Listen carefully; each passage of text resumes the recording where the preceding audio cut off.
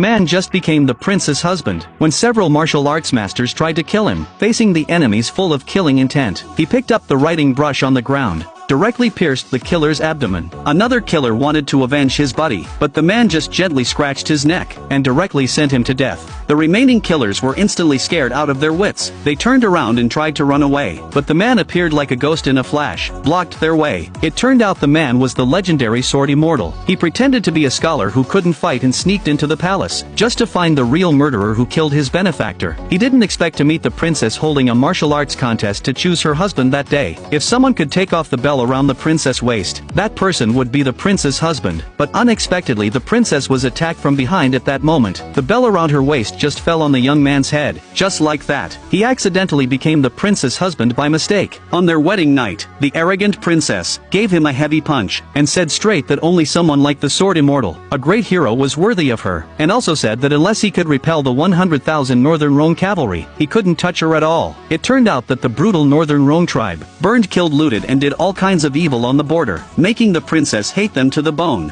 The next day the princess forcibly took the man to the martial arts field, ordered the guard leader Zhang Kai to test his martial arts. This Zhang Kai had long looked down on the newly appointed useless son-in-law. On the surface he let the man punch him to test his internal strength, but secretly he used the vicious Tian gang strength, wanting to take the opportunity to cripple the man's martial arts. But he never expected that. The man had already seen through everything. He played along with the plan. Threw a punch, the terrifying force backfired instantly, directly making Zhang Kai spit blood. But this sinister man, in order to save face, actually lied that it was an old illness relapsing, continuing to put on airs. Then, Zhang Kai began to show off his sword energy again. He pulled out his sword and waved it, instantly putting out 2 rows of candles in the distance, attracting cheers from the guards. When it was the man's turn, everyone was waiting to see him make a fool of himself. The man was happy to cooperate. He waved casually. Sure enough, not a single candle was put out, just as everyone was laughing at him for being a complete loser. No one knew that his real sword energy had already penetrated 100 meters, shocking the princess's aunt, who was peeking from the attic, causing her internal injuries and bleeding. The aunt was greatly shocked, being able to hurt people with sword energy from 100 steps away. This person's martial arts cultivation was definitely far above the 9th rank. Just then, the Northern Rhone prince broke into the main hall with his men, specifically asking to challenge the son-in-law. If he won, he would forcefully marry the princess, making her his slave. Just from the other party's laughter, the man judged that this Northern Rhone prince was already a strong man of the 9th rank in martial arts. The reckless Zhang Kai still wanted to step forward to be a hero, but was stopped by the man with one hand. But he refused to listen to persuasion, insistently rushed forward. As expected, after a few rounds, Zhang Kai was knocked flying by the Northern Rhone prince with a hammer. Several generals of the Deqian kingdom resented the